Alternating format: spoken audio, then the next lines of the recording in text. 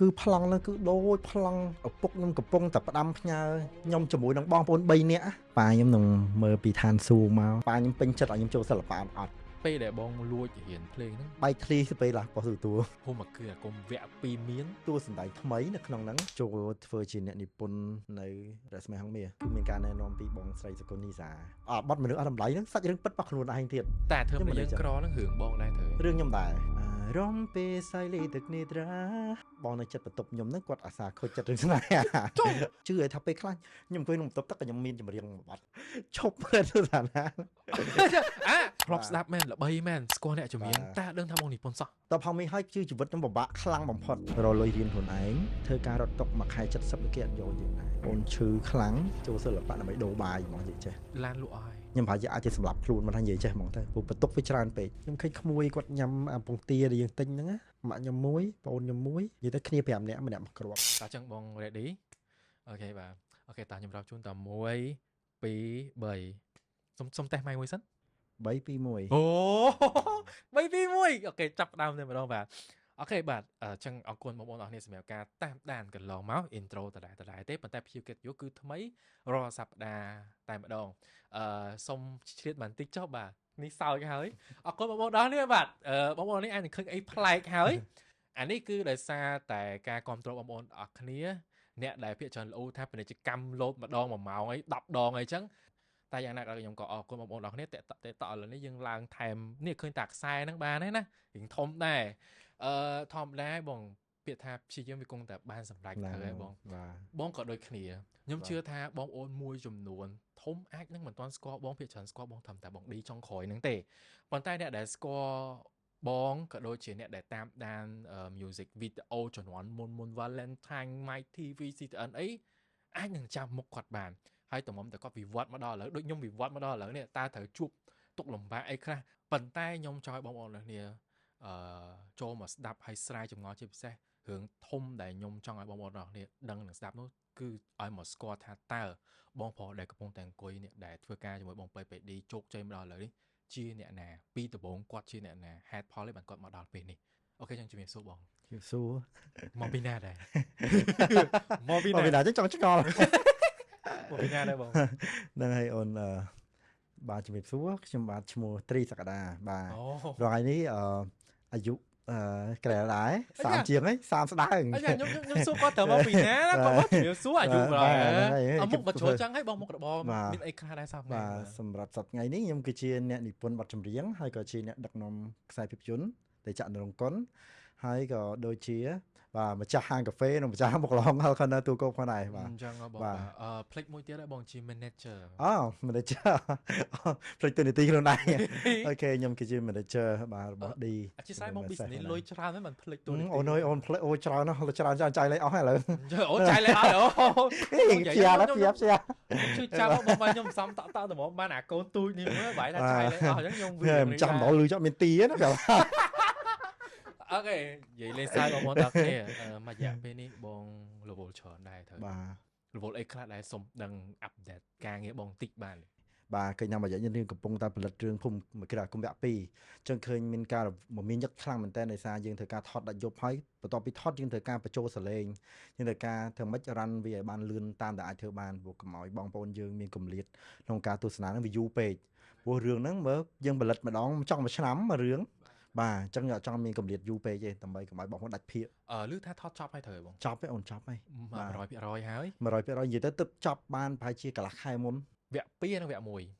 មួយណាពិបាកជាងខុសគ្នាត្រង់ណាខ្លះម្យ៉ាងម្នាក់ដែលថាវគ្គ1យើងអត់ទាន់ដើរលើវិថីគុណទេមានន័យថាយើងថ្មីសាឡាងហ្មងអញ្ចឹងមានន័យថាយើងមានន័យថាយើងគឺដូចអ្នករកអញ្ចឹងមានន័យថាយើងអ្វីៗគឺយើងត្រូវសិក្សាច្រើនអញ្ចឹងណាតែពេលវគ្គ2អាចនិយាយថាយើងមាន experience ប៉ុន្តែយើងព្យាយាមបន្ថែមប្លង់របស់ពិបាកឲ្យច្រើនដើម្បីយើងរៀនសូត្រពីវាផងហើយនឹងយើងធ្វើម៉េចរចនាអារូបភាពទាំងអស់ហ្នឹងឲ្យវាមើលទៅវាខ្លាំងជាងមុនហើយសាច់រឿងល្អមើលជាងមុនឮថាថតម្ដងទៀតត្រូវបង ហ្នឹងហើយប្លង់ណាដែលយើងអត់ស្រឡាញ់យើងថតមកភាសាទៀតហើយឌីគាត់សម្រក់ទម្ងន់បាទ ចង់ការចំណាយ បា ក៏ ទចា អាច ចំណា ថា យច្រើន double ដែរ double និយាយទៅការចំណាយគឺច្រើនជាងវគ្គ1 គុណ2ហ្មង អូខេ បាទ ប៉ុន្តែ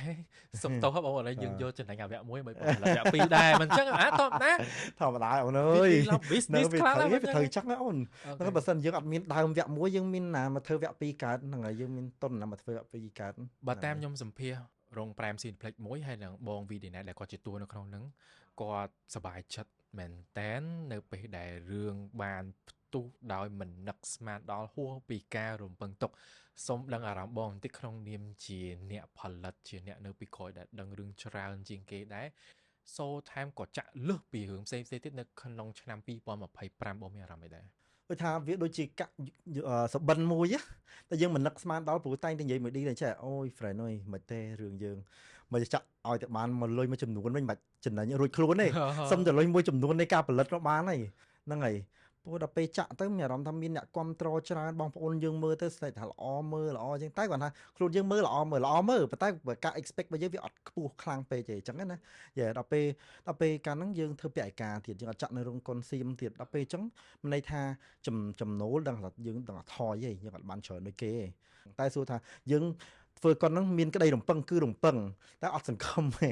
ដោយសារតែខ្ញុំជាអ្នកចូលចិត្តមើលកុនមួយដែរសម្រាប់ពីខ្ញុំផ្ទាល់ទេដោយសារតែខ្ញុំមើលរឿងហ្នឹង2 ដង បាទ យ៉ា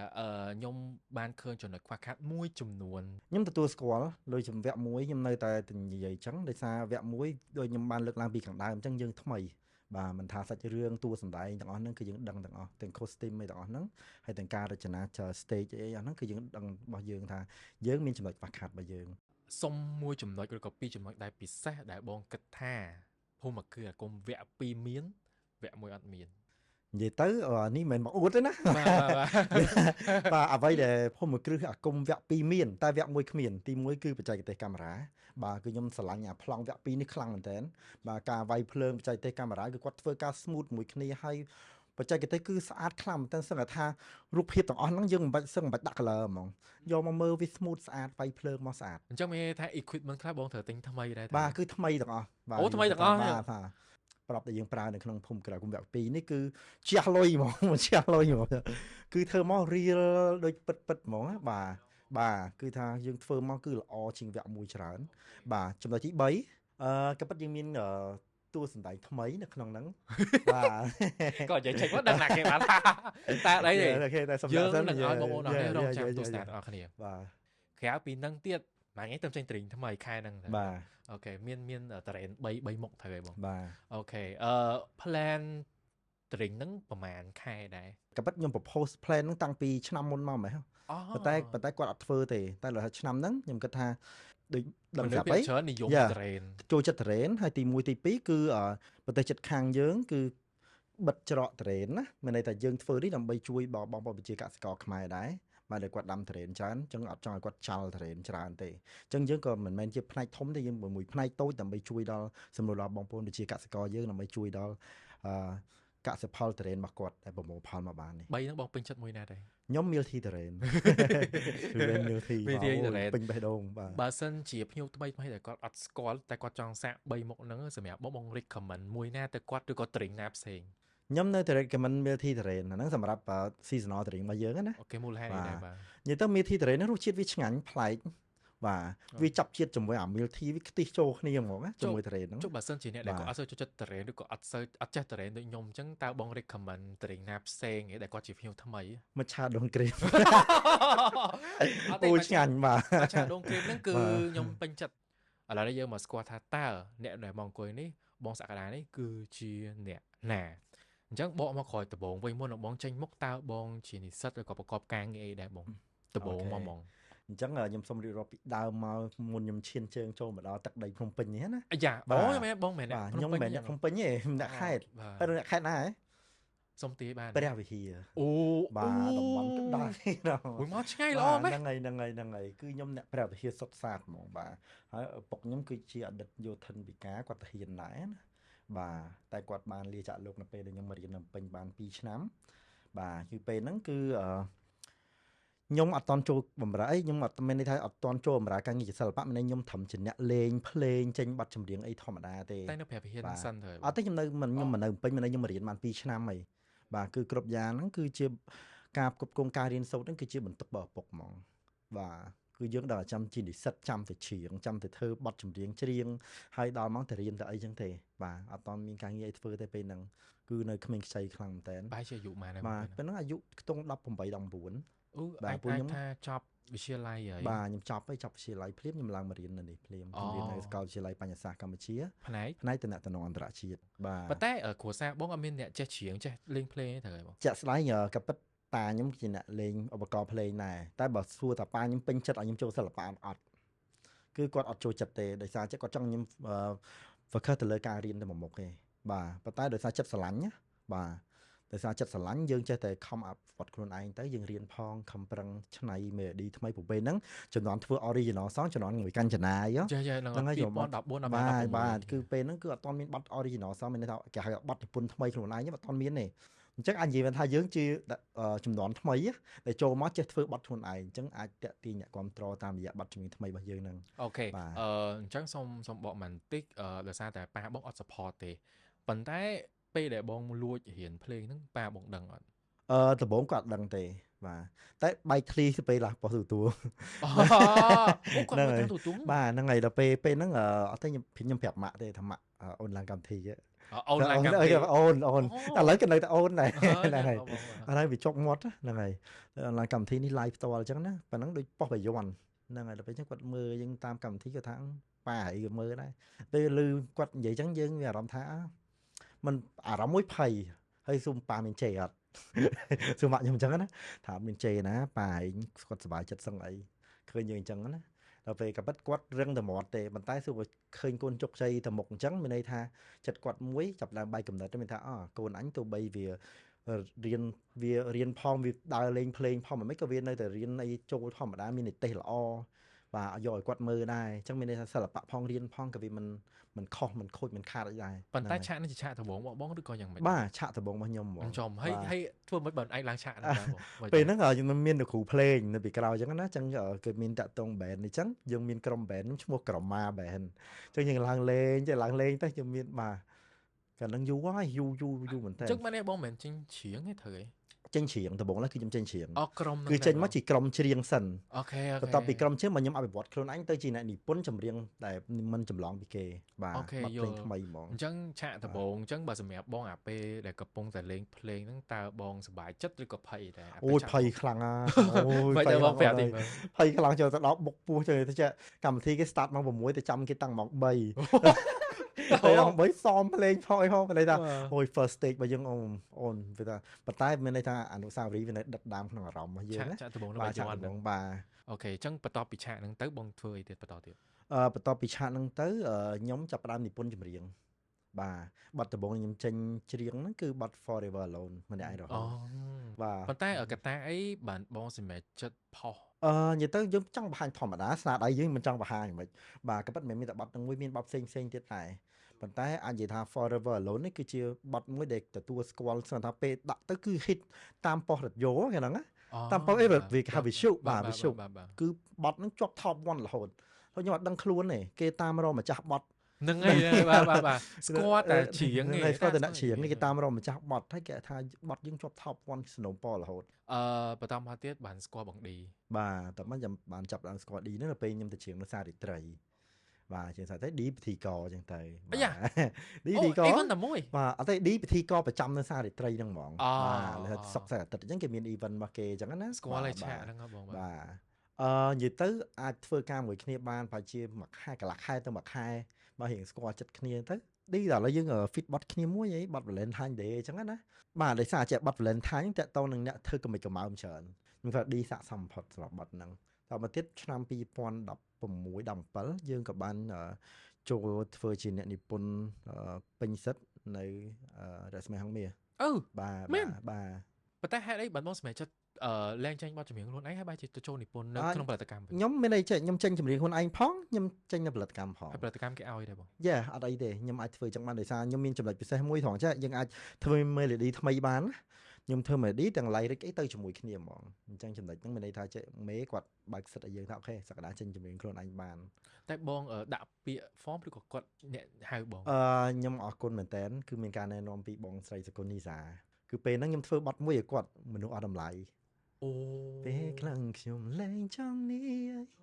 ចឹងចាប់ពីពេលហ្នឹងខ្ញុំបានធ្វើបាត់ឲ្យបងស្រីសកុលនីសាខ្ញុំនៅតែដឹងគុណគាត់ដល់ឥឡូវហ្នឹងបាទគឺបានគាត់ណែនាំទៅខាងមេហងមាសថាពេញចិត្តនៅទឹកដៃស្នាដៃរបស់ខ្ញុំចឹងទៅខ្ញុំក៏មានបទចម្រៀងមួយបទដាក់ទៅខាងក្រុមហ៊ុន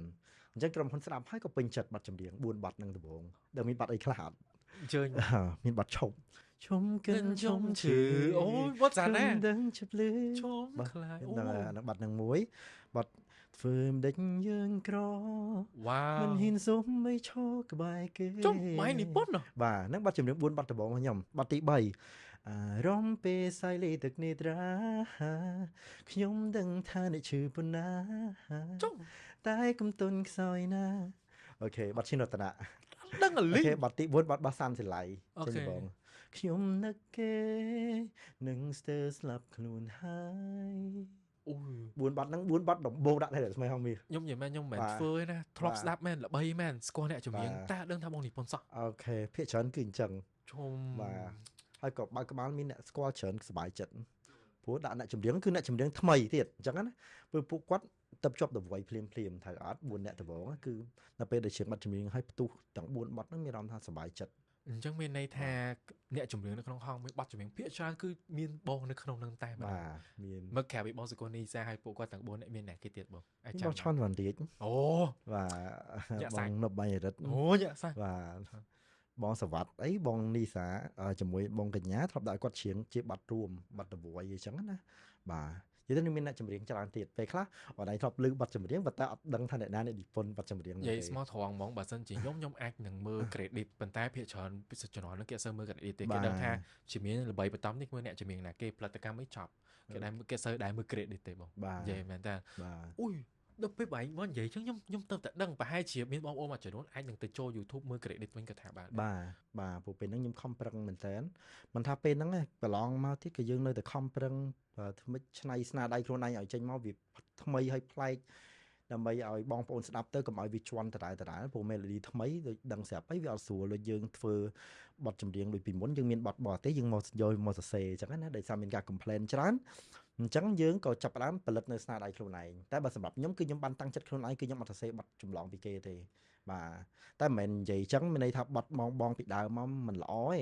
បើមានន័យថាធម្មតានេះជាការតាំងចិត្តរបស់ខ្ញុំជាអ្នកចំនួនថ្មីបាទប៉ុន្តែមានន័យថាអ្វីដែលយើងសរសេរទៅហ្នឹងគឺយើងអត់ចង់ឲ្យវាដដែលកុំឲ្យថាអូយើងអំណះអំណាងថាយើងមកថ្មីនេះជួយចិត្តធ្វើឲ្យតែថ្មី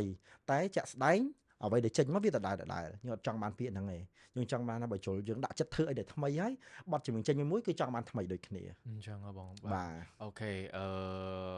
កាលពីការងារក្រុមហ៊ុនមកអាចធ្វើការងារខ្លួនឯងបានខ្លះ បាទ វ៉ាវសាហាវ ហើយយើងមិនចាំបាច់ទៅ stand by នៅក្រុមហ៊ុនទេមានន័យយើងដើរលេងមកសេរីបាទដល់ខែមានបទអីមេបាទអញ្ចឹងមិនយើងអារម្មណ៍យើងវាជ្រះថ្លាអញ្ចឹងយើងមានបទជឿឲ្យថាពេលខ្លះខ្ញុំអង្គុយក្នុងបន្ទប់ទឹកក៏ខ្ញុំមានចម្រៀងមួយបទ មានឥឡូវមានចម្រៀងហ្នឹងអត់បង នឹងបទអីគេ បាទ ឈប់ទៅសាលា ហើយមិនដឹងបន្ទប់ទឹកពេលដឹងឃើញបាត់ ពេល ឈប់វិញ ខ្ញុំច្រៀង ឈប់មួយទឹកឬក៏មិនដែរ មួយទឹកធម្មតាមួយទឹកយើងចូលចិត្តស្រែកច្រៀងតែមកយើងចូលចិត្តស្រែកច្រៀងថាបទហ្នឹងខ្ពស់ណាបទរេស៊ីសាណាហ្នឹងបទឈប់ហ្នឹងគឺត្រូវការណោតខ្ពស់មែនតើអញ្ចឹងដល់ពេលអញ្ចឹងខ្ញុំចេះស្រែកច្រៀងអាឡូឡាអញ្ចឹងទៅចំមេឌីនេះព្រោះខ្ញុំក៏ទាញទូរស័ព្ទមក record អូតែដំបូង melody សិន melody សិនឡាអញ្ចឹងមកបាទក៏យើងតែបាន melody មក អធិស្ឋានពេលហ្នឹងបងកក់សក់ងូទឹកដោះខ្លួនដោះ បាទ គ្នាក៏យ៉ាងម៉េចបានចេញ melody ហ្នឹងហើយនៅថតអត់ អូកក់សក់អូគាត់កក់សក់ចេញមកបាត់ចុះបើសិនជា smart ទៅបើសិនជាបាត់ជើងឬក៏ដោះធ្មេញអាចចេញមក បា បា ទ ត់ អូដល់ស្មិញច្រៀងមិនកើតអត់ចេញទេ ទេ something like ចឹង អត់ទេអ្វីឲ្យតែបងស្រែកបាននិយាយទៅឲ្យតែបងនៅក៏អូមវត្តបងស្រែកបានគឺអញ្ចឹងមិនថាពេលជួបទៅបងជិះស្រែកច្រៀងតែច្រៀងយើងបែកកំណត់ណា អូខេបងតទៀតមិញ បាទហ្នឹងហើយអញ្ចឹងបន្ទាប់ពីបត់ឈប់ហ្នឹងយើងនឹកឃើញ melody ហើយចេញមកគឺបងអត់យូរទេបងផ្លាស់វឹបបងចាប់ដល់សរសេរប្រូហ្មង អូសរសេរប្រូ បាទបងអញ្ចឹង ប៉ុន្តែធម្មតាចម្រៀងភាគច្រើនវាតែតែមានរឿងការប៉ັດលីឡំខ្លះបងប៉ុន្តែ ត្រូវ ភ្លាមហ្នឹងដោយសារតែតាក់តងមួយនឹងរឿងអីបានបងនឹកឃើញប្រូភ្លាមហើយអា concept ឈប់ហ្នឹងនិយាយពីអីដែរ ជាក់ស្ដែងនៅក្នុង note របស់ខ្ញុំទាំងទូរស័ព្ទខ្ញុំមាន note ថាសាច់រឿងគេខ្លះសាច់រឿងច្រើនមែនតើ តែបាត់ហ្នឹងខ្ញុំថាខាត់ឯងខ្ញុំចង់ដាក់បាត់ឈប់ខ្ញុំចង់និយាយពីមនុស្សម្នាក់ដែលគាត់មានតែថាមានសង្សារមួយអត់ឆ្អែតទេមាន2អត់ឆ្អែតមាន3អត់ឆ្អែតមាន4អត់ឆ្អែតទេយល់អត់ចង់មាន5ក៏សាច់រឿងខ្លួនឯងខ្លាំង តែអត់ឆ្អែតហ្នឹងបងមែន អូនិយាយលេងទេមនុស្សខ្ញុំស្មោះហ្នឹង ផ្សេងទៀត បាទថាស្មោះមិននៅ single ដល់ឥឡូវ តែបងបាន note សាច់រឿងភាគច្រើននៅក្នុងនឹងរួចហើយតែគាត់តែអត់មាន melody ទេត្រូវ បាទក៏ប៉ាត់អត់មាន melody ទេសាច់រឿងវាមានហើយនិយាយទៅសាលាសំឡេងគាត់សំជាមួយបាត់ហ្នឹងហ្មងបាទគឺអត់ដាក់ឲ្យច្រើនមានន័យថាចម្រៀងគឺយើងម៉ៃទៅថានេះសម្រាប់អ្នកណាសម្រាប់អ្នកណាសម្រាប់អ្នកណាអញ្ចឹងណាបាទគឺដាក់ទៅត្រូវមួយសំឡេងគាត់ហ្មងបាទគឺគាត់ record ចេញមកតាំងកាលហ្នឹងទេ demo ឯងមេផ្ញើស្ដាប់ខ្ញុំឡងស្រែកថាវ៉ាវគាត់ធ្វើបានល្អខ្លាំងមែនតើហ្មងណាបាទអូខេ បាទថ្មីត្បិតតែស្នាដៃបងល្អក៏ពិតមែនអូខេប៉ុន្តែយើងពេលខ្លះយើងក៏ចង់ឲ្យគេដឹងថាបទហ្នឹងគឺជាបទដែលជាស្នាដៃរបស់យើងដែរនៅពេលដែលគេស្គាល់បទតែគេអត់ស្គាល់អ្នកនិពន្ធបងរៀងអន់ចិត្តខ្លះទេឬក៏របៀបថាឈៀអញ្ចឹងទៅនិយាយទៅបើសម្រាប់ខ្ញុំអានេះយើងជាក្មេងណាយើងនៅមិនថាការនោះឥឡូវគឺអត់ដូចគ្នាដែរតែយើងធ្វើយើងតែចង់ឲ្យគេស្គាល់ថាបទនេះយើងអ្នកធ្វើបទនេះយើងអ្នកនិពន្ធបាទព្រោះការគិតខំប្រឹងប្រែងពូមិនស្រួលទេបងប្អូនអរតែចាំថាបទនិពន្ធថ្មីវាអត់ស្រួលដូចបទដែលយើងយកចង់និយាយថាចេះនឹកឃើញសរសេរតាមចិត្តចង់ទេបាទបទនិពន្ធថ្មីមិនមែននិពន្ធថ្មីតាមចិត្តចង់ទៀតមានថាយើងរកកំណត់ឆ្នៃប្រឌិតអង្គុយធ្វើឆ្នៃ melody ឆ្នៃអីតំណមបានវាចេញជាចម្រៀងមួយបទណាវាអត់ស្រួលទេយើងពិតជាចង់ឲ្យគេស្គាល់ក្នុងការនិពន្ធបទចម្រៀងនីមួយឬក៏មកបទចំណុចថងណាដែលបងគាត់ថាពិបាកជាងគេមកដល់ឥឡូវនេះហ្មងមកដល់សម្រាប់ខ្ញុំគឺ melody ណៃណងហ្នឹងគឺពិបាកណាស់បាទមកស្រួលសម្រាប់យើងទេបាទក្នុងមួយបទចឹងអាចប្រហែលជាប្រហែលថ្ងៃបើយើងអាចរក melody ត្រូវមើលទៅបងមើលជឿថាបើខ្ញុំ stress ខ្លាំងណាបទខ្ញុំធ្វើមួយខែហ្នឹងអី3ខែក្រោយបើខ្ញុំយកមកសរសេរឡើងវិញជឿតែបើថាបទហ្នឹងស្រួលហ្មងខ្ញុំអង្គុយធ្វើតែមួយយប់ឯងបាទហើយយប់ខ្ញុំអាចធ្វើ2ទៅ3បទទៀតយល់បាទតែបទព្រោះទៀតជាទូទៅមួយខែហ្នឹងមកអាចធ្វើប៉ុន្មានបទខ្ញុំចង់និយាយថាពេលដែលបងធ្វើច្រើនបំផុតហើយខ្លាំងបំផុតខ្ញុំអាចធ្វើបាន5 10បទនឹងស្មើនឹងមួយថ្ងៃ2ថ្ងៃមួយបទបាទហ្នឹងបាទហ្នឹងហើយហ្នឹងតែបើយប់ខ្លះយំងូតខ្លាំងមានថាមួយយប់ខ្ញុំអង្គុយសរសេរចម្រៀងហ្មងមួយថ្ងៃខ្ញុំធ្វើឲ្យតាំងពីព្រឹកដល់យប់ដល់ភ្លឺវិញខ្ញុំអង្គុយសរសេរចម្រៀងហ្មង stress បងបាទ stress អ្នកធ្វើចម្រៀង stress ណាព្រោះតែខំដើម្បីតែខំពេលហ្នឹងទី1បាទដើម្បីកុំឲ្យយើងស្ងាត់ស្នាដៃយើងផងទី2ជីវភាពបាទព្រោះយើងខុសពីគេយើងមិនមែនចូលសិល្បៈដើម្បីធ្វើសិល្បៈណាយើងចូលសិល្បៈដើម្បីដូរបាយហ្មងនិយាយចេះបាទពេលណាដែលពិបាកជាងគេកំឡុងពេលដែលបងចូលសិល្បៈមិនថាតែជាងខ្លួនឯងជាងដំបងនិពន្ធឲ្យគេនិយាយទៅកំឡុងពេលដែលពិបាកខ្លាំងគឺនៅពេលដែលប៉ាខ្ញុំគាត់ចែកឋានទៅបងគេបាទគាត់ចែកឋានពេលណាបងពេលនោះគាត់កាលពីឆ្នាំ2015បាទដោយសារអីដែរមួយថ្ងៃទៀតដល់ខូបគាត់ហើយបាទចៃដន្យបែបខ្ញុំបាទចឹងចៃដន្យកម្មវិធីគេនឹងចៃដន្យមិនដែរបងពេលនឹងពិបាកអីខ្លះដែរនិយាយទៅនៅពេលដែលគាត់ចែកឋានភ្លាមមានន័យថាដូចខ្ញុំបានប្រាប់ពីដើមអញ្ចឹងគាត់អត់ឲ្យកូនធ្វើការទេគាត់ឲ្យកូនរៀនអញ្ចឹងដល់ពេលដែលគាត់ចែកឋានទៅអញ្ចឹងបន្ទុកទាំងអស់មិនត្រូវធ្លាក់មកលើយើងហើយម្ដាយយើងគឺជាមេផ្ទះអញ្ចឹងយើងវាត្រូវមិនខ្ញុំនិយាយមុនហ្នឹងមិនថាបន្ទុកធ្លាក់មកលើយើងមិនមែនអាក្រក់អីទេចង់និយាយចេះប៉ាតែបាត់ហើយបានអ្នកណាគាត់គង់ការរៀនសូត្រណាពឹងទៅលើម៉ាក់គាត់ស្រីម្នាក់ឯងហ្នឹងអញ្ចឹងខ្ញុំត្រូវតែរកការងារធ្វើភ្លាមបងកូនតូលមែនបាទអត់ទេខ្ញុំកូន5នាក់ខ្ញុំកូនកដាលអត់មានអ្នកសិល្បៈទេត្រូវអត់មានអ្នកសិល្បៈទេបែរហ្នឹងហ្មងបាទអូប៉ុន្តែបងប្អូនមានច្រើនតែមិនដែលក៏បងគិតថាអាហ្នឹងវាជាបន្ទុករបស់បងវិញបន្ទុកខ្ញុំនិយាយថាបន្ទុកនៃការសិក្សារបស់យើងអូខេបាទមិនមែនបន្ទុកនៅគ្រួសារទេបាទព្រោះបងគាត់ចាត់ចែងខ្លួនគាត់ហើយបាទអញ្ចឹងយើងចាប់ផ្ដើមរលុយរៀនខ្លួនឯងបាទនិយាយស្រួលស្ដាប់ទៅរលុយរៀនខ្លួនឯងយើងខំតដាប់តដួព្រោះយើងអត់ចេះធ្វើការទេតែដាក់ពាក្យធ្វើការរត់តុកមួយខែ70គេអត់យកយើងដែរមុននឹងចូលនិពន្ធត្រូវបងបាទមុននឹងចូលនិពន្ធនៅហងមាសបាទគឺយើងពិបាកមែនតើអូពេលហ្នឹងខ្ញុំអត់ដឹងនិយាយមកទេខ្ញុំយំសឹងរាល់យប់និយាយទៅពិបាកគ្រប់កន្លែងហ្មងគឺគេអត់ទទួលយើងមុខយើងវាអត់អំណោយទៀននៅខាងអញ្ចឹងអូខេពីហត់តុកបងដាក់កន្លែងណាខ្លះដែរបងក៏ប៉ិតយើងគ្មានអីក្រៅពីសវិសក្រៅពីអីហ្នឹងព្រោះពេលហ្នឹងយើងគិតថាយើងអាចធ្វើអីបានគិតអញ្ចឹងបន្ទាប់ទៅមកក្រោយមកទៀតយើងចាប់ផ្ដើមបំបីខ្លួនចេះនិពន្ធចម្រៀងទៅក្រៅលក់នៅក្រៅអញ្ចឹងណាមួយបទ30 20 30រៀលក៏ចេះទៅលក់ទៅ បាទបត់40រៀលចេះតែលក់ទៅប៉ុន្តែអាហ្នឹងគេលក់តាមណាដែលបងអ តាម ធិ ដូច ស្ឋា ថា ន អនឡាញចង់ច្រៀងអញ្ចឹងផ្ទាល់ខ្លួនអញ្ចឹងចង់ច្រៀងជូនម៉ាក់ជូនអីអញ្ចឹងទៅ តាក់ទងទៅបង បាទតាក់ទងមកបងមកបាទ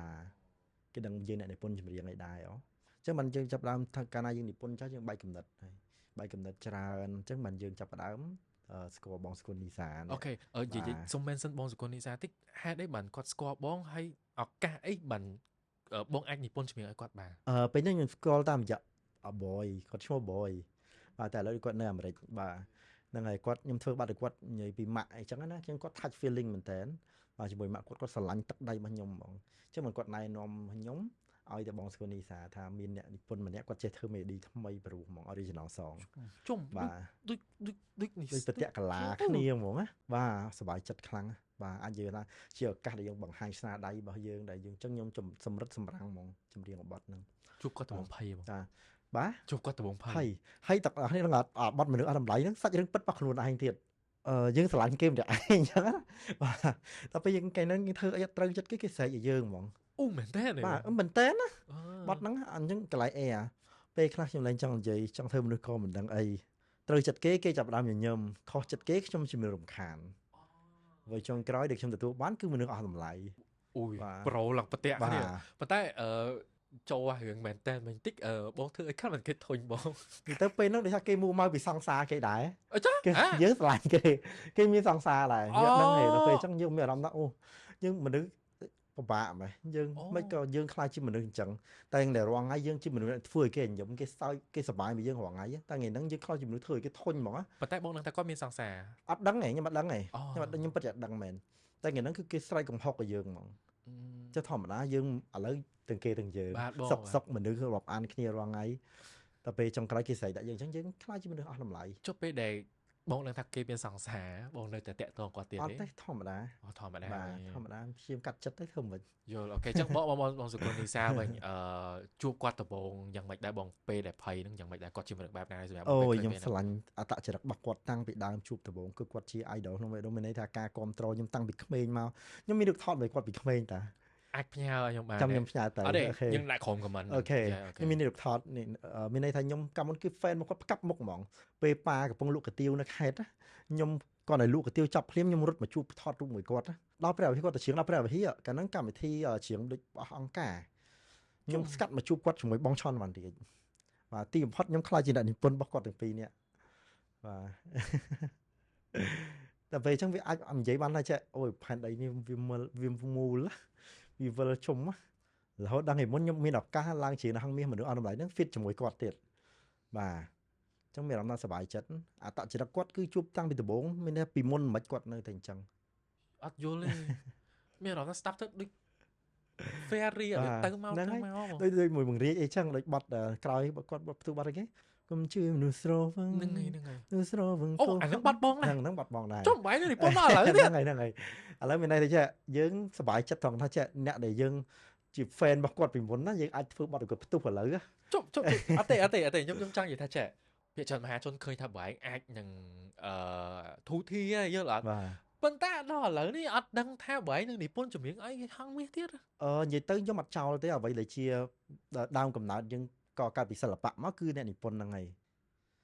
ដោយបត់ធើមតែយើងក្រោយសិតតែមា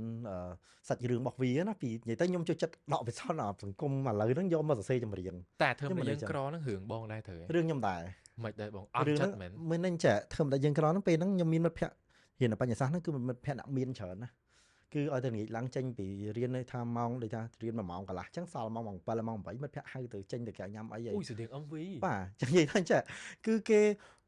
េអូយនិយាយទៅពិបាកនិយាយថាគេអ្នកមានណាតែគេអត់ដៃខ្វល់ទេមួយរឿងមួយខ្ញុំមួយមានន័យថាគេទៅគេដឹងអាភេខ្ញុំហីឬសក្តាមួយព្រោះដើរលេងមិត្តភក្តិ4នាក់ជុំគ្នាអញ្ចឹងគឺខ្ញុំមួយគឺមានមិត្តភក្តិគឺគេចាំចេញខ្ញុំឬក៏គេមិនឲ្យខ្ញុំចេញទេគេចង់ឲ្យខ្ញុំទៅមួយគេគឺខ្ញុំជួយចិត្តនាំគេសប្បាយទេចាប៉ុន្តែយើងមានអារម្មណ៍មួយថាល្អៀសខ្លួនណានៅពេលដែលវាច្រើនដងពេក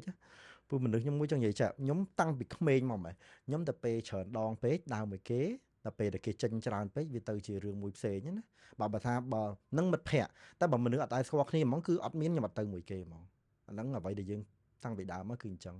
បើយើងអត់ដែរស្គាល់គេខ្ញុំអត់ទៅមួយគេហ្មងបាទហើយបត់ធឹមដែលយើងក្រហ្នឹងគឺអញ្ចឹងនៅពេលដែលយើងច្រើនដងពេកឃើញមិត្តភក្តិអ្នកមានខ្ញុំដើរកិច្ចហ្មងអត់ហ៊ានឈរក្បែរ ចឹងមិនបាត់ហ្នឹងគឺប្រាំធ្វើតែយើងក្រមិនហ៊ានសុំបីឈរក្បែរគេគ្មានលទ្ធភាពទេគួរខ្មាស់ខ្លួនឯង អូ កាត់ចិត្តទៅហើយត្រូវដើរចេញ អូ មុនពេលដែរគេប្រាប់ថាបាយក៏ពិតវាជាបាត់មនុស្សចេតនាវិញខ្ញុំមួយមិត្តភ័ក្ដិអីប៉ុន្តែខ្ញុំមិនបាយវាជារឿងស្នេហាវិញ អូយខ្ញុំស្ដាប់ទៅ interesting ខ្ញុំមានអារម្មណ៍ចង់សួរតវិញខ្ញុំអាចសុំមកបាត់ទៀតបាត់បងឈិនមិនបាញ់មិញហ៎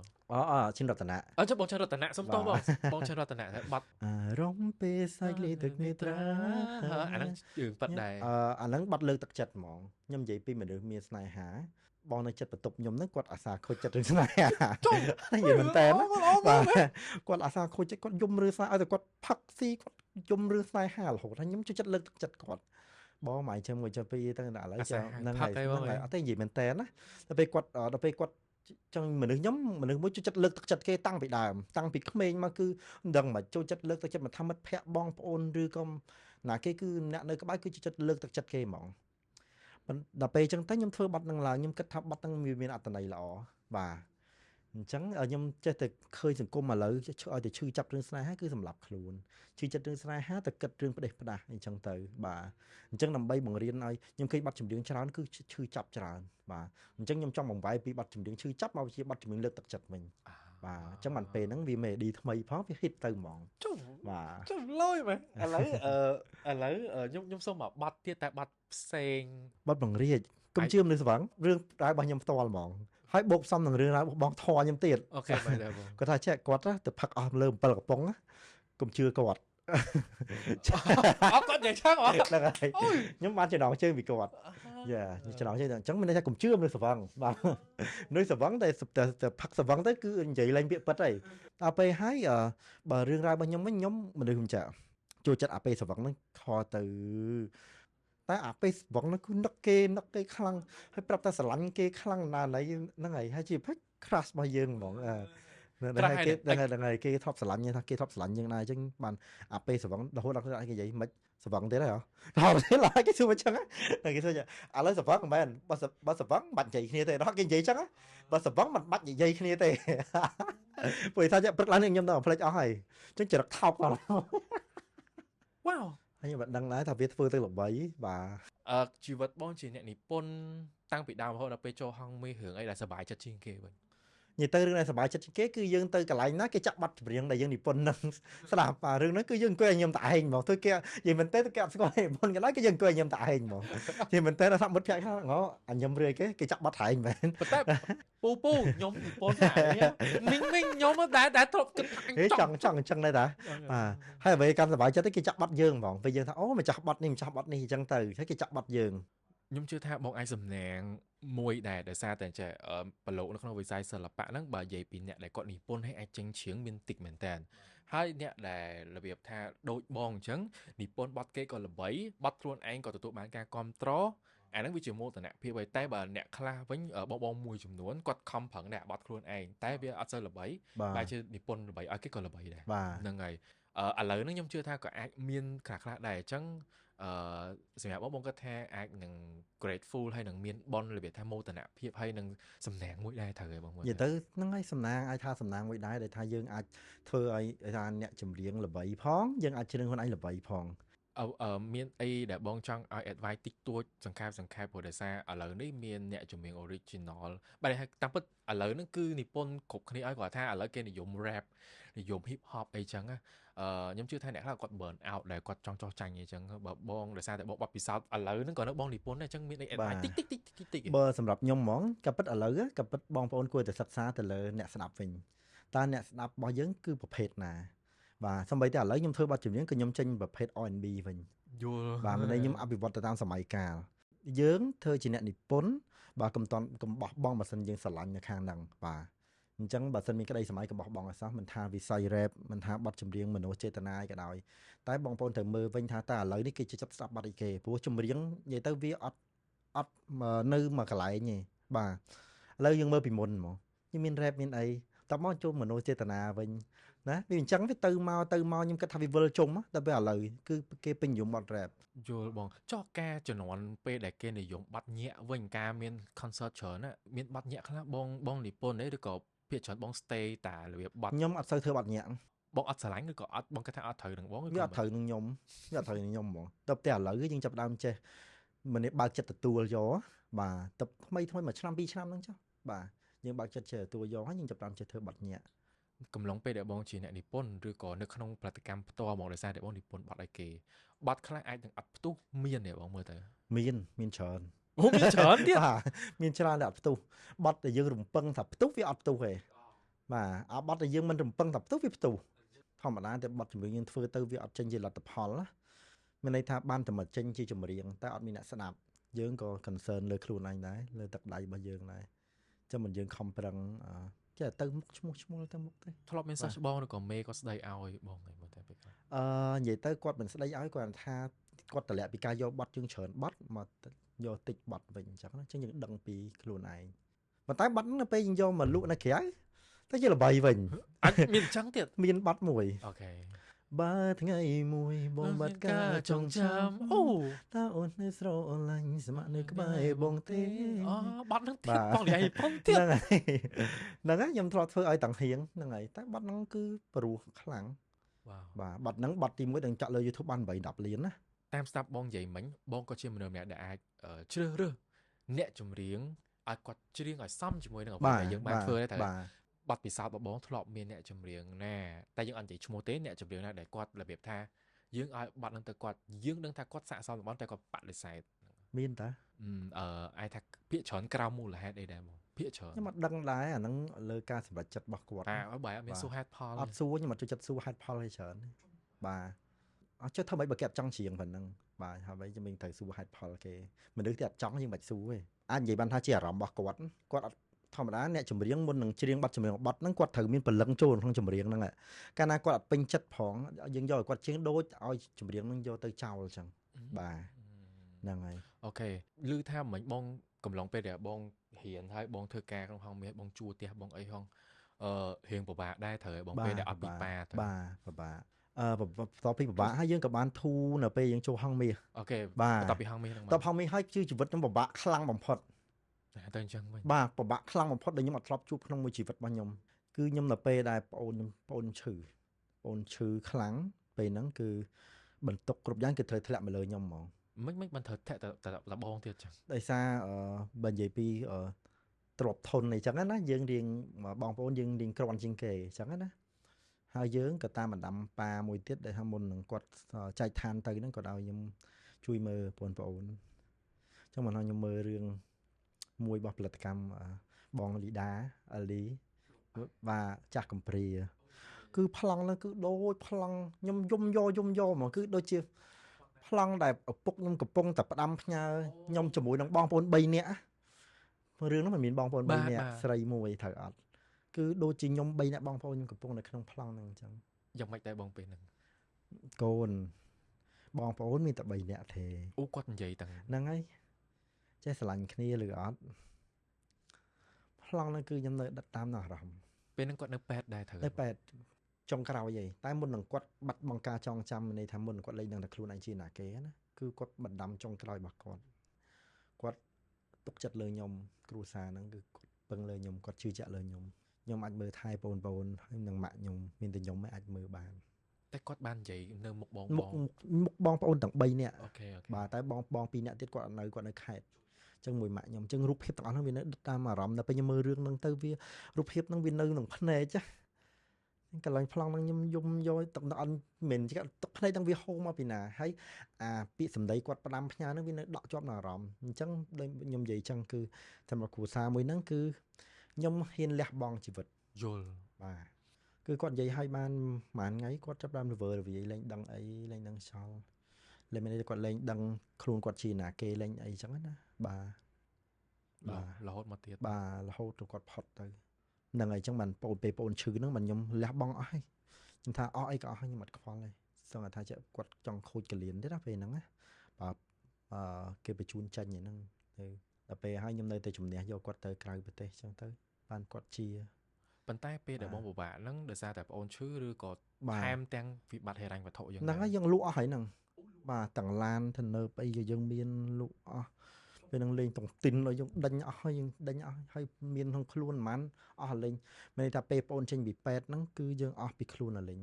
យើងសល់$5,000ចុងក្រោយគឺបាញ់ឲ្យបងអូនទុកទៅមើលជំងឺគាត់ត្រូវទៅ check up ខែក្រោយទៀតចឹងណា តែពេលហ្នឹង COVID ឬក៏នៅទេបង មុនកូវីដគឺមុនកូវីដប្រហែលជាកន្លះខែអស់ពីហ្នឹងមកកូវីដហ្មង អូ ចុះណៃសម័យមើលតើជីវិតបងទៅជាមិនទៅ អូខេ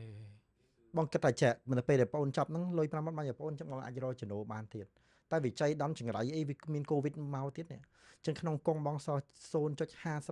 សេនហ្នឹងគឺពេលហ្នឹងចង់និយាយថាអនឡាញស្គាល់ពេលថាបើកមកអស់អង្គទេផ្ទះអង្គលើកទី1ជីវិតហ្នឹងណា ឡានលក់អស់ហើយ អស់ហើយអស់ពីខ្លួនយកស្អីក៏អស់ពីខ្លួននេះអស់លេងក្នុងខ្លួនមានលុយ500រៀលក្នុងកុកមានលុយ 0.50 សេនជាងដល់ផ្ទះអង្គុយយំ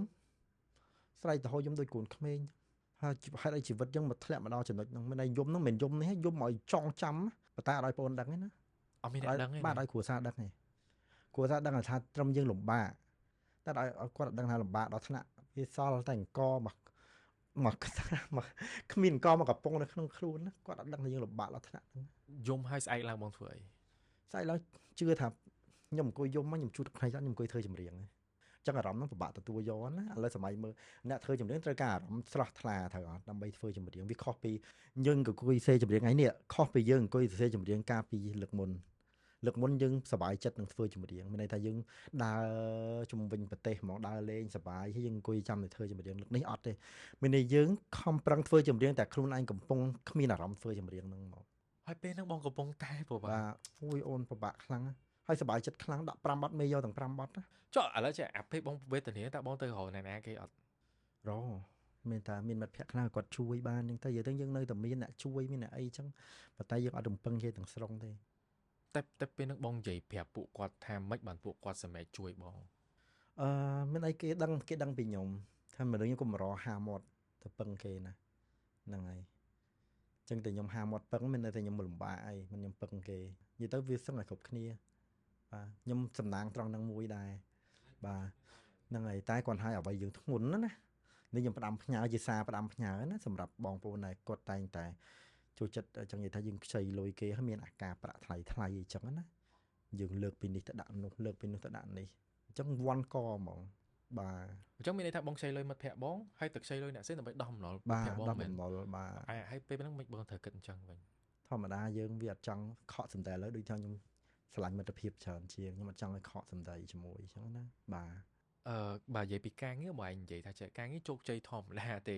បងអត់សុំមេបើកមុនឬក៏អីទេបងសុខចិត្តទឹកខ្ចី មានទៀតសុំមេបើកមុនទៀតមានទាំងសុំមេបើកមុនទៀតប៉ុន្តែដោយសារយើងវាដូចខ្ញុំនិយាយអញ្ចឹងវិបត្តិហេរ៉ាញ់ធប់វាធ្ងន់ធ្ងរពេកអញ្ចឹងណាព្រោះយើងជួលផ្ទះនៅផងអីផងច្រើនចាយវារៀនសូត្រផងអីផងអញ្ចឹងណារហូតមកដល់ឥឡូវយើងអាចដោះបំណុលដោះអីបាន អូខេអញ្ចឹងសុំកន្លែងបំណុលនឹងវិញនិពន្ធផងថ្លៃភ្លើងជួអីផងទុកលំបាកខ្លួនឯងហើយដោះបំណុលទេតើបងត្រូវដោះស្រាយវារបៀបមិនពេលហ្នឹង ទៅទាំងតដាប់ទៅទៅសិនហើយបាទពេលហ្នឹងខ្ញុំមានមុខរបររបស់ខ្ញុំមានដេកផ្កាមានអីដែរ សក្តានុពលផ្កាដែលយើងបានមែនសិន ក៏ពិតផ្កាហ្នឹងវាផ្ទុះហើយវាជោគជ័យហើយជាមួយនឹងសិល្បៈឲ្យមុនកូវីដមុនបងអូនឈឺហ្នឹងតែយើងមកជាប់បំណុលគេនេះអាវគ្គក្រោយពេលបងអូនឈឺហើយនេះអញ្ចឹងណាហ្នឹងហើយខ្ញុំនិយាយអញ្ចឹងមិនបន្ទោសបងអូនទេណាបាទហ្នឹងហើយមិនមែនថាបងអូនកំពុងមើលបន្ទោសបងអូន ដោយសារតែយើង មិនគេហៅថាការលះបង់របស់យើងមួយគ្រួសារបាទអញ្ចឹងអានេះជាសារផ្ដាំផ្ញើដែរសម្រាប់បងប្អូនដែលស្រឡាញ់គ្រួសារលុយយើងរកបានតាមក្រោយទេឃើញអត់អញ្ចឹងដូចថាខ្ញុំជួយគ្រួសារប៉ុណ្ណឹងតែថ្ងៃនេះខ្ញុំអាចមានអីលើសពីថ្ងៃមុនដែលខ្ញុំមានទៀតបាទ អូខេអញ្ចឹងសុំអាកន្លែងបងដោះបំណុលបន្តទេបងមិនដែរបងពេល បាទឲ្យតែមានចំណូលយកមកសម្រាប់ដោះឲ្យតែរួចមកពេលនិយាយទៅយើងស្គាល់ពាក្យថាមួយខែដើម្បីមួយខែបាទមានថ្ងៃខ្លះមួយសប្តាហ៍ដើម្បីមួយសប្តាហ៍ថ្ងៃខ្លះមួយថ្ងៃដើម្បីមួយថ្ងៃទៀតជឿអត់មួយថ្ងៃដើម្បីមួយថ្ងៃដេកតន្ទឹងរង់ចាំអូមិនចាំដល់ណាទេមកអញ្ចឹងណាបាទតែនាំមកយើងហ៊ានប្រឈមមុខមួយការពិតបាទ ខ្លាចគេផុសហ៎បង ខ្លាចអូខ្ញុំខ្លាចខ្ញុំស្រឡាញ់កិត្តិយសខ្ញុំបាទតែថ្ងៃនេះហ៊ាននិយាយអញ្ចឹងដោយសារនេះជាប័ណ្ណពិសោធន៍ បងលាក់ចិត្តល្អ បាទលាក់ចិត្តល្អ បាទមកបាយធ្វើការធម្មតាបាយមកធ្វើការធម្មតា ខ្ញុំប្រកែលាក់អារម្មណ៍ឲ្យមនុស្សខ្ញុំសប្បាយរហូតឃើញអត់អត់មានតែគេដឹងថាតើនៅក្រោយខ្នងនៃភាពសប្បាយរបស់ខ្ញុំហ្នឹងខ្ញុំជួបបញ្ហាគេខ្លះគឺខ្ញុំអត់ឲ្យគ្រប់គ្នាដឹងទេបាទសម្បីតែអ្នកផ្ទះក៏ដឹងណាបាទ ពេលណាបាទបងចាប់ដើមដោះស្រាយរឿងគ្រប់បែបយ៉ាង និយាយទៅថ្ងៃមួយហ្នឹងណានិយាយមែនតែនហ្មងណាខ្ញុំមានកូនរបស់ប្អូនខ្ញុំទៅឈឺហ្នឹងខ្ញុំយកមកនៅពេញទៀត កូនរបស់ប្អូនដែលឈឺ បាទអូនទៅឈឺប្អូនខ្ញុំបកើតទៅឈឺមានកូន យ៉ា បាទ អូ ដល់ គា ពេល ត់មានគ្រួសារ បាទគាត់មានគ្រួសារដល់ពេលអញ្ចឹងខ្ញុំយកកូនគាត់មកនៅពេញខ្ញុំឲ្យរៀនសូត្រខ្ញុំស្រឡាញ់ក្មួយហ៎ អូខេ អញ្ចឹងខ្ញុំមករៀនសូត្រថ្ងៃហ្នឹងខ្ញុំអ្នកដែលនៅពេញមួយខ្ញុំមានម៉ាក់ខ្ញុំមានបងអូនស្រីខ្ញុំក្មួយខ្ញុំ2នាក់ហ្នឹងស្រីមួយប្រុសមួយថ្ងៃហ្នឹងគឺខ្ញុំដាច់លុយខ្លាំងមែនតើខ្ញុំសល់លុយ 10000 រៀលខ្ញុំនាំសុំសម្រួល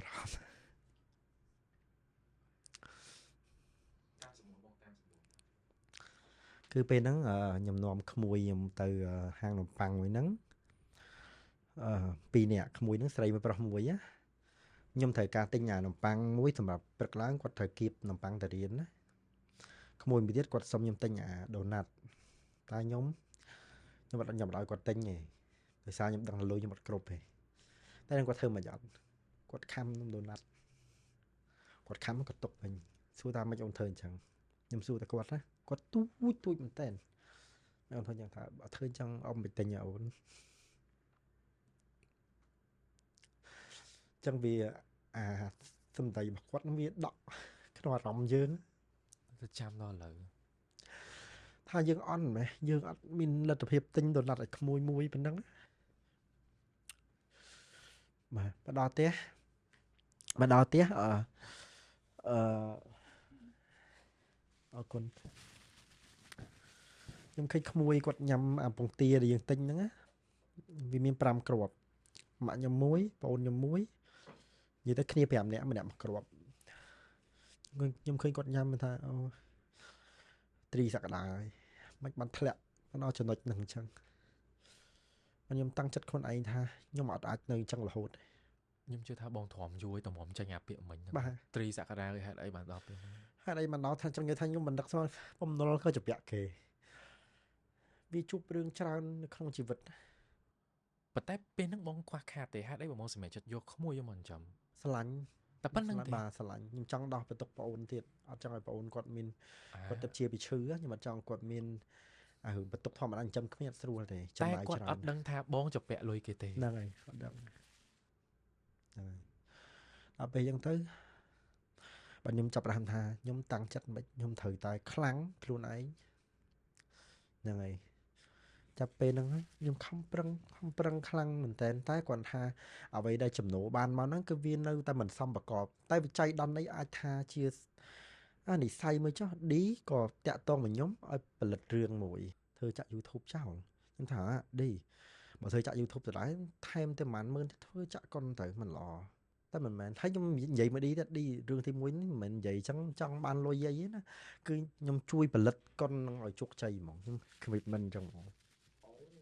ខ្ញុំថាខ្ញុំនឹងខំប្រឹងមិនធ្វើរឿងឲ្យជោគជ័យហ្មងតែបងកំពុងខ្វះខាតហ្នឹងបាទហ្នឹងហើយបងចង់បានលុយទេហ្នឹងហើយខ្ញុំអត់ត្រូវការលុយទេតែខ្ញុំថាខ្ញុំនឹងធ្វើរឿងនឹងឲ្យជោគជ័យឲ្យគាត់អញ្ចឹងដល់ពេលអញ្ចឹងទៅយើងក៏មានកំណត់មួយ propose ទៅគាត់ឲ្យធ្វើជាកុនបាទហើយគាត់ក៏ប្រាប់ដល់ពេលយើងធ្វើជាកុនយើងចាប់ផ្ដើមសិក្សាគ្នាយើងក៏ចាប់ផ្ដើមដឹងរឿងថាអូឌីបបាក់រឿងចែមិនយ៉ាងគាត់បាក់ទឹកចិត្តឯសាររឿងស្នេហាអញ្ចឹងយើងក៏លើកទឹកចិត្តគាត់អូខេប៉ុន្តែគាត់ប្រាប់បាយមុនមែនបាទមិនសុខគាត់ប្រាប់បាយមុនអត់ទេធម្មតាយើងធ្វើការចិត្តសិទ្ធមួយគ្នាមនោចេតនាធម្មតាយើងធ្វើការនេះយើងមិនដឹងថាមនុស្សណាសែតមិនសែតតែរឿងខ្ញុំទៅនាំខ្ញុំដាច់ចិត្តប្រាប់គាត់ន័យថាយើងវែងឆ្ងាយមកដែរអញ្ចឹងខ្ញុំប្រាប់គាត់ផលបាបរបស់ខ្ញុំបាទហើយបានខ្ញុំចាប់ផ្ដើមប្រាប់គាត់ថាឥឡូវឌីមិនខ្វល់ទេរឿងហ្នឹងយើងធ្វើគិតអីទៅមុខសบายទៅនិយាយទៅខ្ញុំនឹងធ្វើជា manager របស់គាត់ពេលនោះក៏ដាក់លេខទូរស័ព្ទខ្ញុំលើ page របស់គាត់ហ្មងយល់ហើយបងពេលហ្នឹងលេខទូរស័ព្ទខ្ញុំអញ្ចឹងទៅក៏មានការងារច្រើនមែនតើតាក់តងមកគាត់អីចឹងណាកន្លែងដែលបងនិយាយថាសុកក៏មានបងឌីតាក់តងម៉ែហ្មងវាដូច my recall ហ្មងទៀតហើយដល់មកវិលជុំបាទអញ្ចឹងបានថាខ្ញុំនៅតែជឿថាខ្ញុំសាក់លើក្នុងអំពើល្អសាបសូន្យបាទខ្ញុំនៅជឿលើអំពើល្អពេលខ្លះគាត់ព្រះគាត់ចង់ធ្វើតេស្តចិត្តយើងឲ្យថាតើយើងវាមនុស្សខ្លាំងតស៊ូដល់កម្រិតណាខ្ញុំក៏ពិតខ្ញុំទៅដោះស្រាយឲ្យថ្មីនេះដែរបាទអញ្ចឹងបែរ2016អឹប2025ចាស់បាទ2025ចាស់អូថ្មីហ្នឹងដែរទេអញ្ចឹងបាទអញ្ចឹងបានន័យថាអ្វីដែលបងដោះស្រាយគឺការចេញពីការងារដែលបងធ្វើជាមួយនឹងបងបែបឌីជា manager បាទសប្បាយចិត្តទេបងនៅពេលដែលរស់ឡើងវិញបាទស្មាទោសសុំទោសបងបាទអាចនិយាយបាត់រស់ឡើងវិញហ្មងបាទនឹកស្មានថាយើងអាចដើរមកដល់ចំណុចនេះបាទយើងអាចមានអីគ្រប់យ៉ាងមកវិញបាទគាត់ថាវាមិនធូរធារអីខ្លាំងទេតែវាមិនមែនយើងពីមុនណា បាទយើងអាចចិញ្ចឹមក្មួយយើងបានស្រួលរៀនសាលាល្អយើងអាចមានម៉ាក់នៅក្បែរយើងអាចមានប្អូនអីនៅក្បែរអញ្ចឹងទៅ ម៉ាក់នៅក្បែរ បាទ គាត់មករស់នៅហ្នឹង គាត់រ បង ស់នៅមួយយើង យូរនៅបង បាទរស់នៅមួយខ្ញុំចូលមួយឆ្នាំជាងហ្នឹងមានន័យថាចេះដូចខ្ញុំនិយាយលើកឡើងមុនហ្នឹងហ៎ដូចខ្ញុំធ្លាប់ពិបាកអីក៏មានម៉ាក់នៅក្បែរដែរអញ្ចឹងណាប៉ុន្តែគាត់ដឹងថាទៅការដែលយើងរលុយនេះខំប្រឹងវាពិបាកមិននៅពីក្រោយហ្នឹងវាគាត់ឃើញនឹងភ្នែកពិបាកប៉ុណ្្នឹងហើយតែអានៅក្រោយខ្នងវាពិបាកមិនទៀតគាត់ឃើញអញ្ចឹងណា ពេលដែលបងប្រាប់ពីទុកលំបាកបងម៉ាក់គឺពេលដែលបងកំពុងតែជោគជ័យឯង បាទហ្នឹងហើយ ចុះមានរឿងណាដែលបងប្រាប់គាត់ហើយគាត់រំជួលចិត្តណា ក៏ប៉ិតរឿងបើខ្ញុំប្រាប់ទៅជួយចិត្តគឺខ្ញុំថារឿងមុនហ្នឹងដែលខ្ញុំនិយាយថាខ្ញុំជូតទឹកភ្នែកខ្ញុំសឹងហៅបងប្អូនមកនិយាយតារហងៃខ្ញុំចង់ឲ្យទាំងអស់គ្នាដឹងហ្មងក្នុងវីដេអូហ្នឹងតម្រាំខ្ញុំដល់ថ្ងៃនេះគឺពួកគាត់ដែរដឹងរឿងខ្ញុំហីដូចខ្ញុំបានលើកឡើងមុនហ្នឹងអញ្ចឹងមិនថាចង់ឲ្យបងប្អូនចេះស្រឡាញ់គ្នាហ្នឹងហើយឲ្យច្រើនបាទអញ្ចឹងរាល់ពាក្យពេចន៍ឲ្យខ្ញុំនិយាយទៅបាទឲ្យគាត់ចេះស្ដាប់យើងផងអញ្ចឹងណាបាទកុំឲ្យគាត់ចេះគាត់រឹងរូសអីចឹងស្ដាប់ផងទៅយើងគាត់យកស្ដាប់យកមកគិតសិនមកពូមិនមែនសុកខ្ញុំនិយាយពាក្យទាំងអស់ហ្នឹងទៅទេអញ្ចឹងណាពាក្យច្រើនគាត់អត់ពេញចិត្តតាក់ទងជាមួយបងរឿងអីដែរ គាត់គិតថាចេះខ្ញុំដើរបាត់ទេតែខ្ញុំដឹងចេះដឹងរឿងពួកគាត់គិតអញ្ចឹងតែគាត់ដឹងថាអ្នកដែលមិនដឹងរឿងអីហ្នឹងគឺជាអ្នកដែលដឹងរឿងច្រើនបំផុតហេតុចំណុចថងណាដែលបងធ្វើឲ្យគាត់ទុកចិត្តវិញឲ្យគាត់ស្ដាប់បងវិញមើលទៅឬក៏ឥឡូវហ្នឹងគាត់អត់ទាន់យល់ពីបងអត់ទាន់ស្ដាប់អត់ទេឥឡូវគាត់យល់ហើយតែគាត់ចាប់បានយល់ពីខ្ញុំហើយការគិតខំប្រឹងប្រែងរបស់ខ្ញុំនាំគាត់ទៅមួយខ្ញុំចោលបរហាញចេះកាលណាយើងលាក់ទុកម្នាក់ឯងពេកក៏វាពិបាកដែរក៏ប៉ុន្តែមនុស្សខ្ញុំជួយចិត្តអត់ជួយចិត្តឲ្យគេមកបាក់មួយយើងមនុស្សយើងតាំងពីដើមហ្មងសំបីឌីក៏ធ្លាប់និយាយណាចាព្រោះថ្ងៃជួយចិត្តលើកទឹកចិត្តគេមកហើយចាំពេលថ្ងៃបាក់ចិត្តធ្វើមកលើកទឹកចិត្តខ្លួនឯងខ្ញុំអាចលើកទឹកចិត្តខ្លួនឯងបានណាបងលើកទឹកចិត្តខ្លួនឯងរបៀបមិនដែរពីដើមមកបើសិនខ្ញុំអត់លើកទឹកចិត្តខ្លួនឯងបានខ្ញុំអាចមានថ្ងៃហ្នឹងទេខ្ញុំប្រហែលជាអាចសម្លាប់ខ្លួនមិនថានិយាយចេះហ្មងទៅព្រោះបន្ទុកវាច្រើនពេកខ្ញុំលើកទឹកចិត្តខ្លួនឯងថាខ្ញុំខ្លាំងខ្ញុំជាមនុស្សម្នាក់ដែលខ្លាំងខ្ញុំអាចធ្វើបានគ្រប់យ៉ាងខ្ញុំជាបកគោគ្រួសារខ្ញុំជាមនុស្សដែលពុកផ្ដាំផ្ញើបាទខ្ញុំនៅតែគិតចិត្តទុកមកដល់ឥឡូវខ្ញុំអង្គុយនៅទីនេះក្នុងនាមឈ្មោះត្រីសក្តានេះគឺខ្ញុំនៅតែចាត់ទុកថាខ្ញុំជាមនុស្សម្នាក់ដែលខ្លាំងដែរអាប្រូហ្នឹងគឺបងទិញមកដល់បាទគឺខ្ញុំទិញមកដល់ឥឡូវ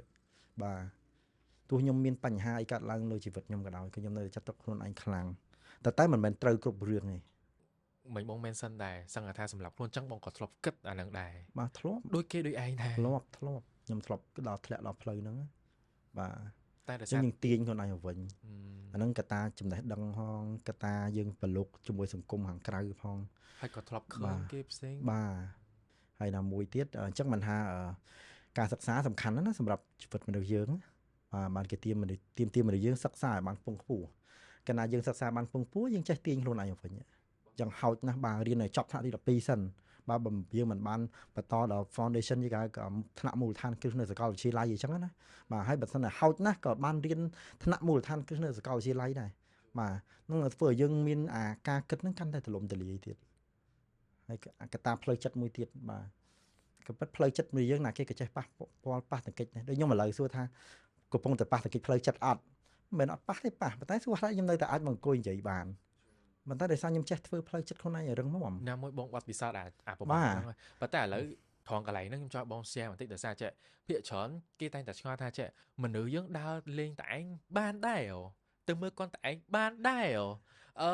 ទៅដើរលេងក្រៅទេបានដែរអាហ្នឹងគឺជាសំណួរដែលខ្ញុំក៏ធ្លាប់ទទួលដោយសារតែបងដោះស្រាយខ្លួនឯងដោយសារការលើកទៅចិត្តខ្លួនឯងមានតែមនុស្សម្នាក់តែខ្លួនឯងឯងអាការលើកទៅចិត្តខ្លួនឯងដើរតែឯងហ្នឹងធ្វើបានដោយរបៀបម៉េចដែរក៏ពិតលើការផ្លូវចិត្តយើងហ្មងយើងការតាំងចិត្តរបស់យើងអាហ្នឹងយើងបាទយើងទៀតហើយផ្ដើមពីខ្លួនយើងហ្មងយើងកុំខ្វល់ពីសម្ដីអ្នកដទៃព្រោះដោយសារផ្លូវចិត្តយើងមានតែយើងខ្លួនឯងដឹងច្បាស់ថាយើងកំពុងជួបបញ្ហាអីយើងត្រូវដើរទៅផ្លូវណារួចគេបានតែមកលើកទឹកចិត្តយើងឯងត្រូវអត់ថាអូកុំពិបាកចិត្តពាក្យថាកុំពិបាកចិត្តកុំអីវាស្រួលនិយាយប៉ុន្តែអាយើងនេះកំពុងតែជួបបញ្ហាវិបត្តិផ្លូវចិត្តវាពិបាកធ្វើតោះតែយើងមានផ្លូវចិត្តខ្លួនឯងរឹងមាំមានការតាំងចិត្តរបស់យើងតែខ្ញុំធ្លាប់ធ្វើបទចម្រៀងមួយស្រឡាញ់ខ្លួនឯងយកដៃខ្លួនឯងមកថើបយកដៃខ្លួនឯងមកអោបពីពេលនេះទៅឈប់ឆោតត្រូវចេះស្រឡាញ់ខ្លួនឯងជឿថាពេលខ្ញុំថើបដៃខ្លួនឯងមកកញ្ចក់រឿងមែនតើទៅរឿងពិតខ្ញុំយកមកសរសេរបាទខ្ញុំថាខ្ញុំស្រឡាញ់ខ្លួនឯងអូថើបហើយវាថាខ្ញុំស្រឡាញ់ខ្លួនឯង ចឹងហ៎ បាទ ហើយ តែខ្ញុំនិយាយមែនតើ ណែ ឲ្យខ្លួនឯងរឹងមាំឡើងផ្ទះស្នាខ្លួនឯងចឹង អាសាអញ្ចឹង បាទ ហ៎បងឥឡូវហ្នឹងក៏អញ្ចឹង បាទឥឡូវក៏អញ្ចឹងមិនឈួតទេណានេះរបៀបលើកទឹកចិត្តរបស់ខ្ញុំ មិនអាចឲ្យបងប្អូនគាត់សាកល្បងម្ដងរបៀបថាអ្នកខ្លះគាត់នៅតែឯងអត់បានឬក៏ ឈរមុខមួយខ្លួនឯងណាជាមួយកញ្ចក់និយាយចាបើយើងមិនហ៊ានប្រឈមមុខស្បីជាមួយនឹងខ្លួនឯងហ្នឹងតែយើងប្រឈមមុខបញ្ហាមិនកើតត្រូវអត់បើស្បីតែកញ្ចក់យើងមើលយើងនិយាយថាស្រឡាញ់ខ្លួនឯងដាក់កញ្ចក់យើងខ្មាស់អៀនហ្នឹងហើយយើងទៅប្រឈមមុខបញ្ហាមិនកើតក៏ពិតនិយាយមែនតើនិយាយដាក់កញ្ចក់អៀនណាធ្វើប៉ុណ្ណឹងទៅមនុស្សឈួតចឹង តែមនុស្សស្ដាប់ទៅសម័យទៅវាអញ្ចឹង ហ្នឹងហើយឈួតទេមនុស្សឈួតហ្មង ប៉ុន្តែសាកមើលសាក តែបើសាកធ្វើមើលតើយើងទទួលបានសន្តិភាពផ្លូវចិត្តអត់សាកធ្វើសាកសិនណាខ្ញុំមិនដឹងថាអាហ្នឹងវាជា psychology វាចេញពីណាប៉ុន្តែបើខ្ញុំសាកធ្វើវាហើយគឺទទួលបានផល សុំបន្តិច experience របស់ខ្ញុំបើសិនជាពិបាកចិត្តចង់ទៅធ្វើអីធ្វើទៅកុំឲ្យតែប៉ះពាល់ដល់អ្នកដទៃនឹងខុសច្បាប់ទៅបានហើយចង់ធ្វើអីសប្បាយចិត្តធ្វើទៅដូចខ្ញុំជួយចិត្តញ៉ាំបុកល្ហុងខ្ញុំទៅញ៉ាំបុកល្ហុងបងក៏មានដូចគ្នា ខ្ញុំដូចគ្នា បាទបងមិនដែរបង ខ្ញុំចូលចិត្តទៅក្លឹបម្នាក់ឯង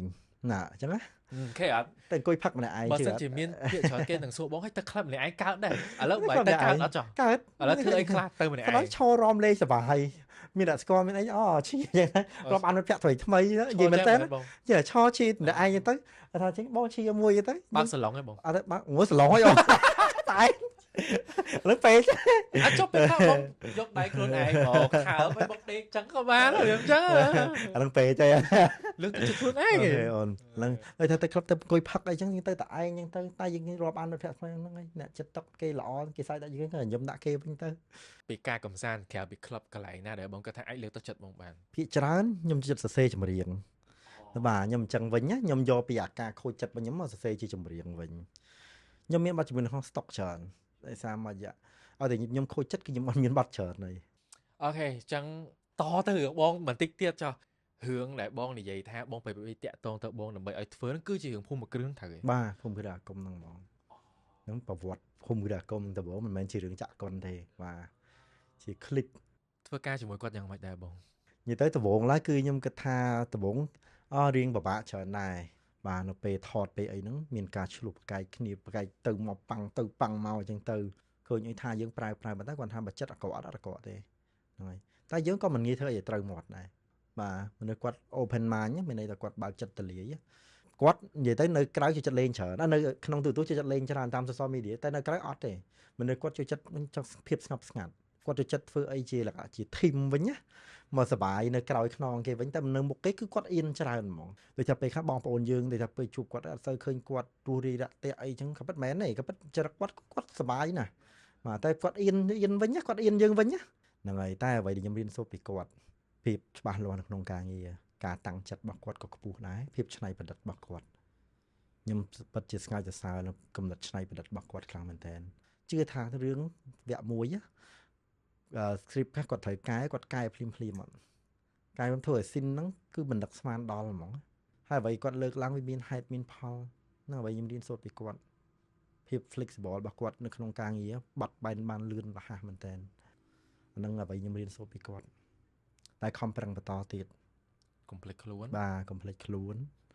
កុំភ្លើតភ្លើននឹងអ្វីដែលខ្លួនកំពុងមានឥឡូវហ្នឹងខំប្រឹងពង្រឹងសមត្ថភាពខ្លួនឯងឲ្យខ្លាំងជាងមុនកាន់តែទៅមុខកាន់តែប្រយ័ត្នរួចស្ដាប់ប្រវត្តិខ្ញុំហើយតែស្អីខ្ញុំវាឆត់ឆ្អែតហើយរឿងជីវិតរបស់ខ្ញុំអញ្ចឹងណាបាទគឺយើងចង់បានជីវិតមួយដែលថារស់នៅស្រួល បើតាមស្ដាប់អ្វីដែលបងនិយាយអំបញ្ញរៀបរាប់អំបញ្ញខ្ញុំជឿថាបងប្អូនភាគច្រើនគាត់អាចនឹងជ្រាបច្បាស់ហើយតម្រាំតែបងមកដល់ពេលនេះមិនមែនបងសុកចូលក្នុងជីវិតបងឌីឬក៏ចូលក្នុងជីវិតអ្នកណាគេម្នាក់តម្រាំតែបងមកដល់ថ្ងៃនេះក៏បងតស៊ូដោយខ្លួនឯង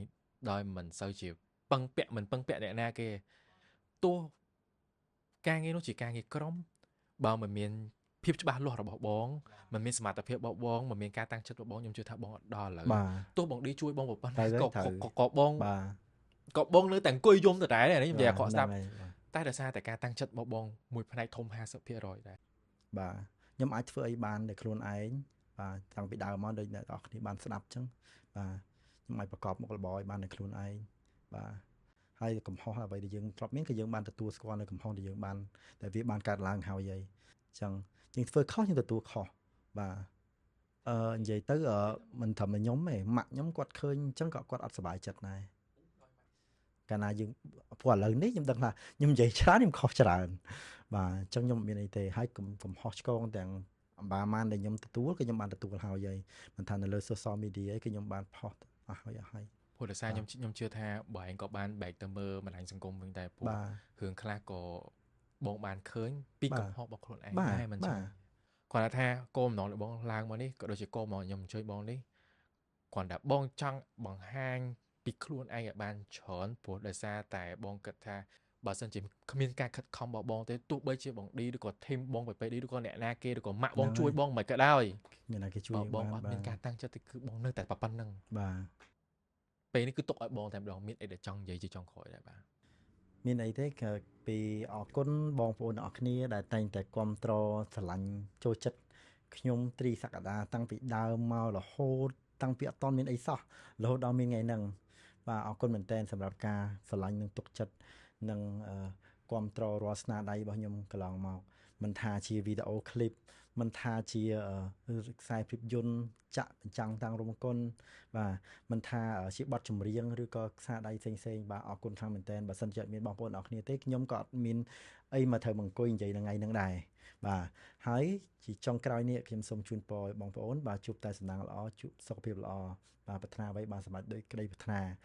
ហើយខំមួយទៀតប៉ាខ្ញុំនឹងមើលពីឋានសួគ៌មកឃើញខ្ញុំកំពុងនិយាយថ្ងៃនេះផងដែរបាទសង្ឃឹមថាគាត់នឹងចាប់ជាតិថ្មីជាមួយនឹងបាទគ្រួសារថ្មីដែលល្អបាទមិនពិបាកដូចក្នុងជាតិនេះប៉ុន្តែគឺកូនសំផ្នើក្តីនឹករលឹកពីចម្ងាយមានអីចង់អរគុណទៅម៉ាក់បងអរគុណម៉ាក់ដូចគ្នា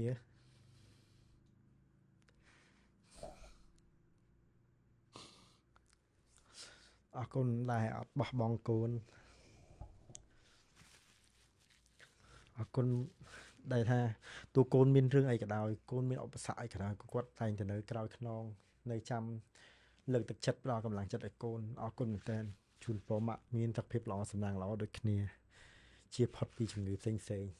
បាទរស់នៅបានយូរជួបជុំកូនបាទអរគុណអូខេអរគុណបងដូចគ្នាអរគុណអូខេជំរាបជូនប្រាប់បងប្អូនទាំងគ្នាដែរបាទនេះមិនមែនជាកម្មវិធីផ្លូវការធំដុំ professional អីទេគ្រាន់តែជា video content តូចតាចមួយទេហើយខ្ញុំបាទសង្ឃឹមថានឹងជួបបងប្អូនទាំងគ្នានៅវីដេអូក្រោយអរគុណបងប្អូនទាំងគ្នាអរគុណបងផងដែរបាទ